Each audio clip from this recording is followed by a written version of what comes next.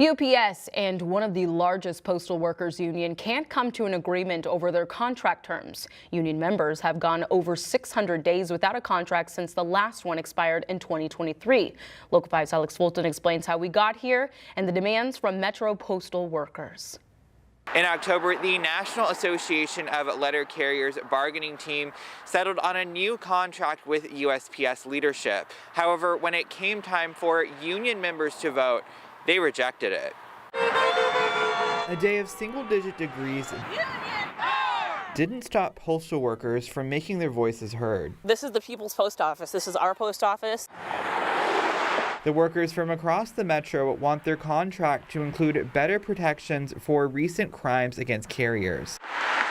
In December, a postal carrier van was stolen in Des Moines and a mailbox was broken into at the Clive post office. Everyone deserves to feel safe when they're at work, even if your workplace is, around the whole neighborhood. Workers are also asking for higher pay in their contract, specifically a $30 minimum wage. And a lot of the times when you're starting as a carrier for less than $20 an hour, a lot of people say, heck no to this, Current wages, workers say, are making it hard to attract applicants, putting a greater strain on them. If we're able to retain carriers to work at the post office and to help carry the mail and get the mail delivered to our customers, then I wouldn't have to work the late hours. I wouldn't be mandated to work until 8 or 9 o'clock at night. Postmaster General Louis DeJoy previously said our new organization will focus our efforts to be both fiscally responsible, operationally proficient, and functionally efficient by ensuring we realize the expected benefits from the systemic changes we have made and will continue to make. Tuesday is the deadline for the National Association of Letter Carriers and USPS leadership to come to an agreement. If one isn't met, discussions will enter the interest arbitration phase, where a neutral party determines the resolution. In Des Moines, Alex Fulton, Local 5 News. Postal workers at the protest were all members of the National Association of Letter Carriers and the American Postal Workers Union. In its contract, the American Postal Workers Union is expected to adopt provisions from the National Association of Letter Carriers. A lot happened at the state capitol today. There was a protest and several bills advanced. One bill that would affect what materials are in schools and libraries sparked lots of emotion, including a moment that prompted gasps from the crowd. Local 5's Connor O'Neill has the story.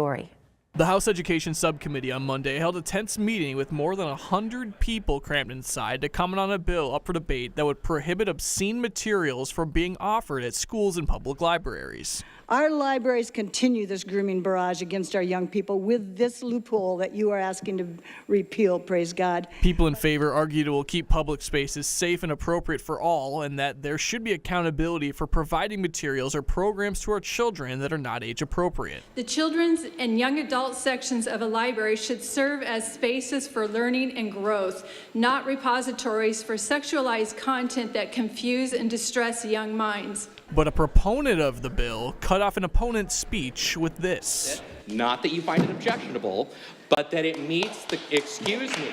Unacceptable.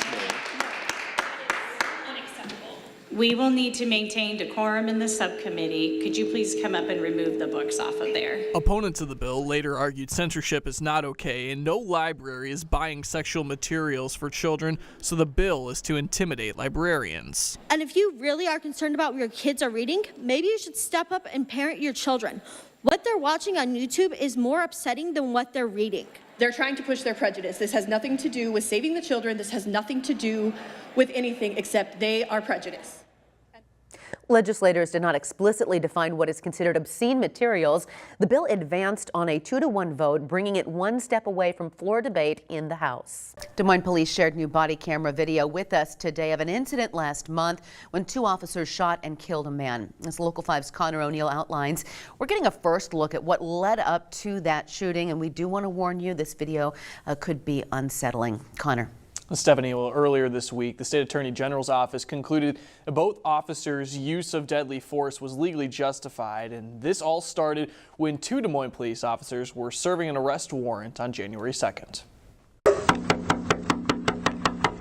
Des Moines police arrived at a South Side home in early January to serve a felony arrest warrant for Shaquan Hargrove, wanted for domestic abuse and being a felon in possession of a firearm. Yeah, Des Moines police, if you're in here, make yourself known! DMPD said Hargrove had not been home 9 times previously when officers had come by. This time, when officers Nicholas Rude and Brian Stern approached Hargrove's home, the woman who answered claimed he wasn't there.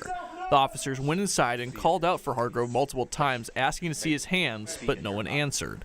Less than a minute later, Hargrove emerged from a room and gunfire began seconds later. For everybody's safety, is he in here? No, my kids are in here. Okay. Literally, she's sick. She's okay, it's just the kids? Hey, let me see your hands!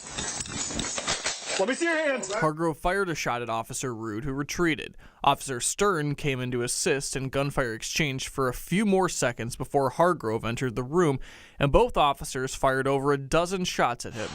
Shots fired! Suspect's down. I got one in custody. I'm starting life-saving procedures. Hargrove later died on the scene, according to police.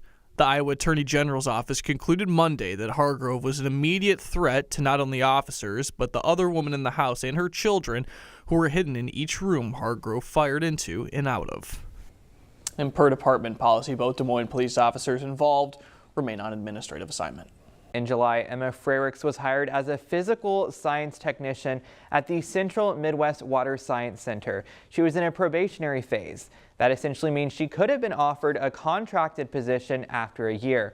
Frericks told me she's definitely disappointed her time was cut short.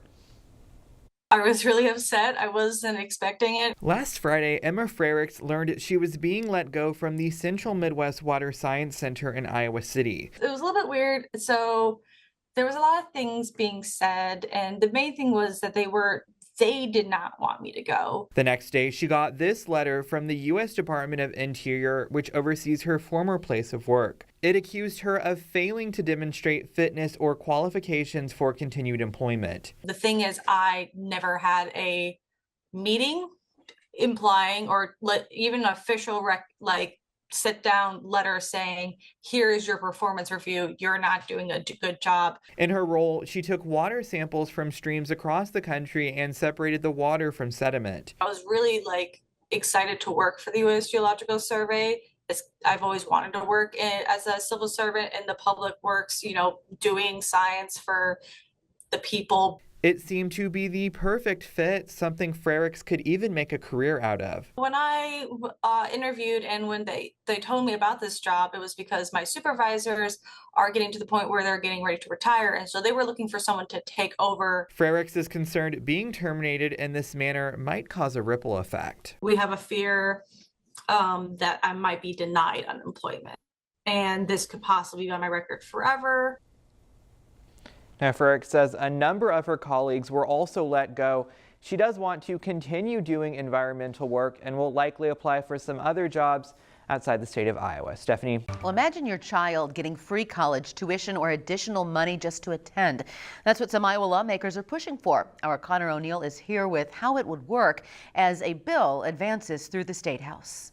Free college could be coming to high school graduates in Iowa soon. A bill that advanced through a House committee Wednesday would require Iowa's public universities to waive tuition and fees and offer a $5,000 per semester stipend to students who receive the maximum score on the ACT, SAT, and Classic Learning Test. However, during Wednesday's meeting, Representative Monica Kurth admitted the bill overall is good, but voiced concern over the past amended version because she said the Classic Learning Test is not accepted as an admission exam at any of the region's universities. There's no evidence to support that it's predictive of success.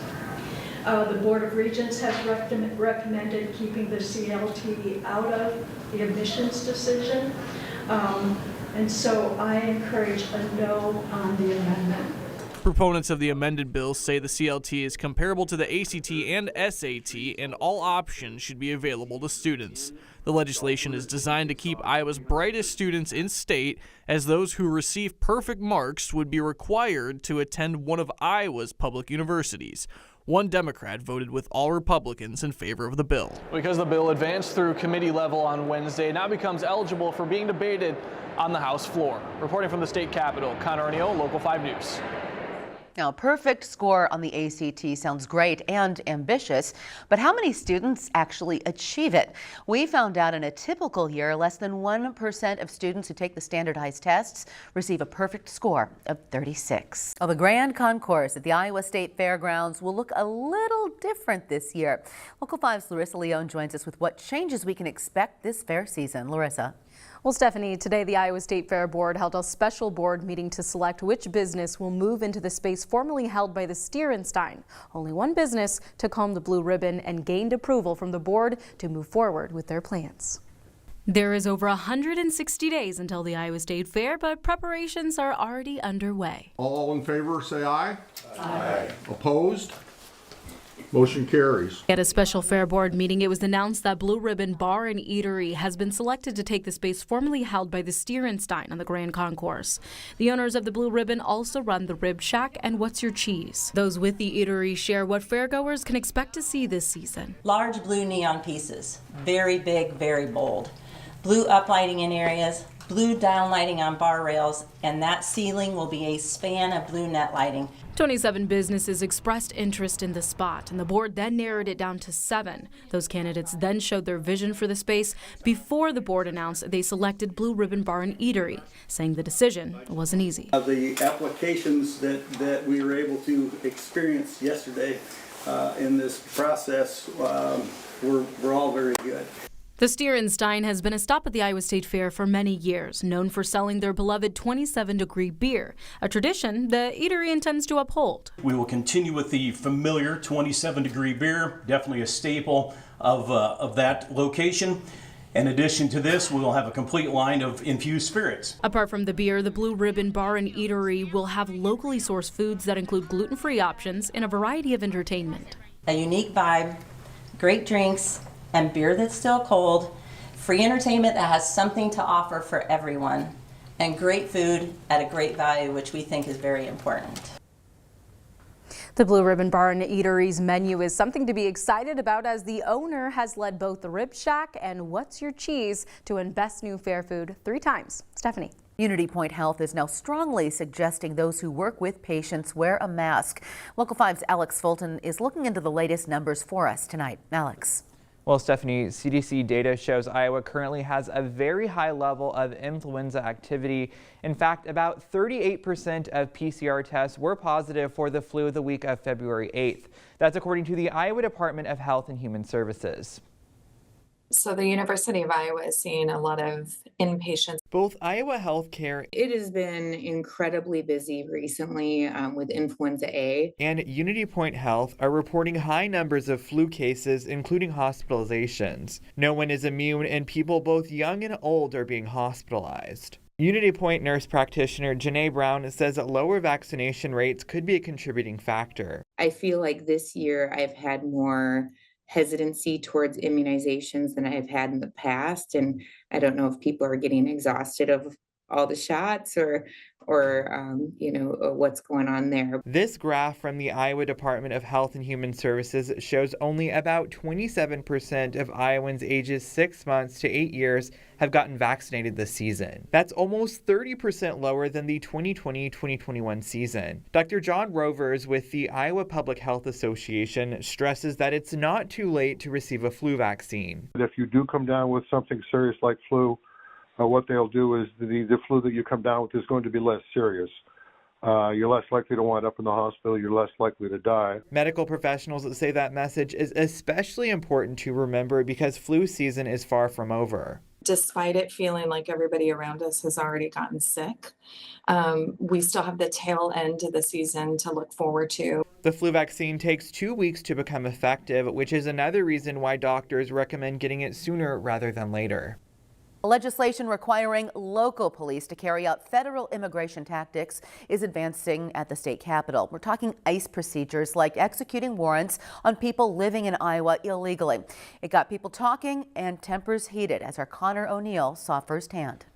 A bill making its way through the House would require every local and state law enforcement agency in Iowa to sign an agreement by the end of this year with the U.S. Immigration and Customs Enforcement, or ICE, to participate in federal immigration programs. As the bill was debated in subcommittee Thursday, those opposed to the bill argued it would undermine trust between immigrant communities and police. Because all of Iowa depends on immigrants. Immigrants are our neighbors. They are our friends. They are our loved ones. We go to church with them, and your attempts to demonize them, folks know what they are. Others opposed said this policy compromises departments' ability to perform the duties they were hired to do as local and state law enforcement. I'm asking you to spend time addressing the real issues that Iowans in your district and that legislators fail to act on. House Republicans in favor argue this bill is critical to pass in order to maintain and improve safety in Iowa. Is it okay for our state to have human, drug, and sex trafficking because of what happened under the Biden administration? This legislation is of a critical importance to ensure that the rule of law is restored and our communities are made safe. If signed into law, ICE would then train and authorize state and local law enforcement officers to serve administrative warrants on people living in the country illegally in their agency's jail. Because the bill moved through a subcommittee on Thursday, it now advances to the committee level, bringing it one step away from being eligible for floor debate in the House. Reporting from the Iowa State Capitol, Connor O'Neill, Local 5 News. Federal job cuts are impacting Iowans as the Trump administration continues to make the federal government smaller and more efficient. Local 5's Larissa Leone joins us with more from one Iowa State student who worked part-time with the USDA, a department affected by layoffs. Larissa, what is he telling us? Stephanie, Logan Corner was working at the National Laboratory for Agriculture and the Environment in Ames. Back in January, Connor and his coworkers got an email saying they had until September to resign and get a payout. Logan is considered a probationary employee, meaning he's been in his current position for less than a year. Earlier this week, he got an email saying he no longer has a job. Logan says the reason listed for his termination was due to a lack of performance. I never had a poor performance review. I wasn't even able to have a single performance review in the new position that I took.